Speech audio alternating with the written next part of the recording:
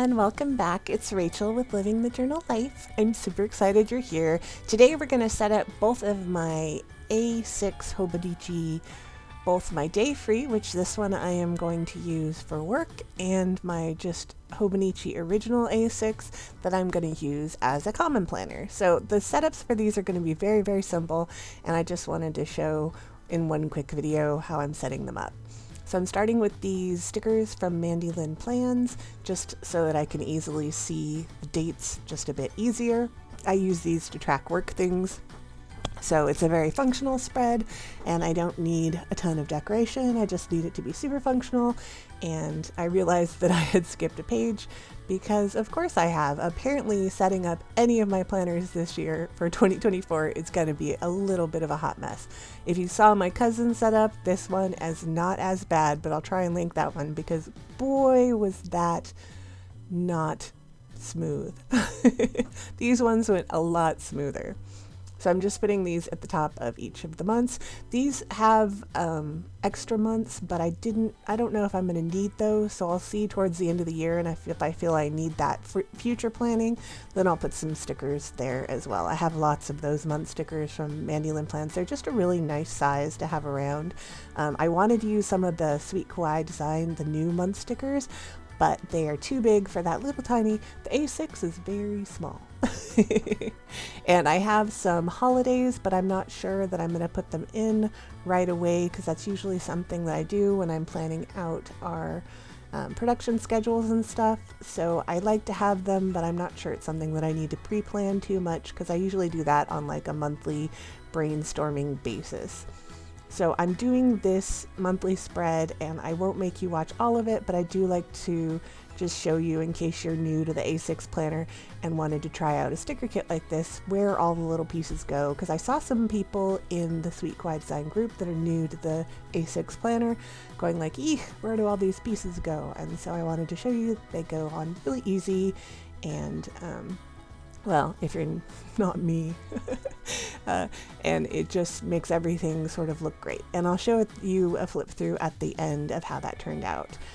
I found that I was not using the tabs very much, so I decided to use these Poe tabs on top of an Avery tab. So the Avery tabs, if you've never used them, are repositionable.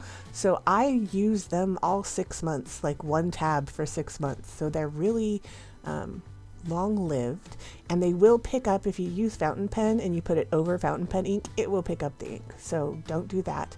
But I usually try and just stick it over stickers or on a piece of the page that I'm not using. So I'm using these really big Avery tabs and just slimming down the side that is going to be on top of the sticky part, if that makes sense. And there's a bunch of different sizes of the tabs, and I'm just sort of using what I had in my drawer because I'm all about using what you got. So I will be cutting down a couple of different size ones, but I just needed something for the monthly, the daily, and the weekly. And that's pretty much all I was finding that I was accessing. Once a month I would go back to that monthly dashboard page and like fill in all of my stuff for that month. But I don't really need a tab for a once a month thing. I do need the tabs that move on my weekly, my monthly, and my daily because I'm constantly every day flipping back through those, and I like to be able to get to those easily. So this is really all I need tab wise. I don't need any other tabs I found. So that's nice knowing yourself. And yeah, see how I was gonna put it over that fountain pen ink, but it will, if you leave it there for anything more than a couple of seconds, it will definitely pick up the ink. So I just wanted to make sure that I showed you that as part of this setup. I forgot it until after the flip through, but I will do the flip through. You'll just know that the tabs are also part of it. Oh, and I have this really cute planner cover, and I just wanted to show you that the tabs stay nice and secure in the planner cover. So here is going to be my work planner for 2024, a little flip through of what we did. It's a very simple setup because this is functional, this is work, so I just need to have, I really like having it in English in really large letters. This is December, I just put in the major holidays, and the same for January because this is really all about work and publishing and production and all that good stuff.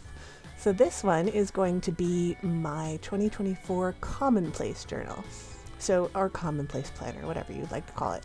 If you've never heard of it, it's pretty much just anything that you want to write down in one place. So I'm going to do the same thing with those yearly spreads because I'm going to use that as an index. So if one day I write down a recipe, I go to the index and say what the recipe is, so that when I'm looking for a recipe or notes on a book or something specific that I wrote down, I can easily find that information. Because when you write things down on a daily basis, it's not always like, I remember June 2nd was when I was reading that book. My brain doesn't work that way. If your brain works that way, I think that you are amazing and I want to be your best friend, but my brain doesn't work that way. So we're just putting this really cute stickers from Sweet Kawaii Design on the front, and I'm using also the letter stickers from Sweet Kawaii Design. I kind of had to squish them because A6 is very small and Rachel is a bit of a long word for such a small little journal, but it fits pretty perfectly. And yeah, so I didn't show me putting down the stickers of this, like all of the months and stuff. I did show you that I was kind of trying to decide what else I wanted to put in here. I'm trying to keep it very simple because this is my first time having a commonplace planner, and I want it to slowly evolve sort of over the year, this one over 6 months, so that I can just sort of, I don't know, let it come together organically and let stickers arrive organically and stuff. But I did want to put a nice little 2024 because, you know, at this point I'm excited about 2024. It's full of possibilities. I'm sure by June I will have other things to say about 2024. But for now, it's full of everything wonderful, and I really need to find a place to find this spooky all year long sticker that needs to go somewhere. I just have not found the perfect place for it yet.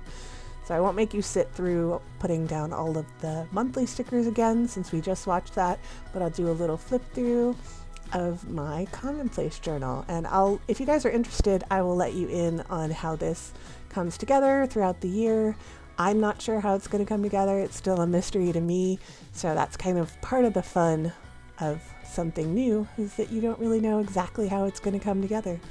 And I don't know, I think that's part of the fun. So thank you guys so much for watching, and I will see you in the next one.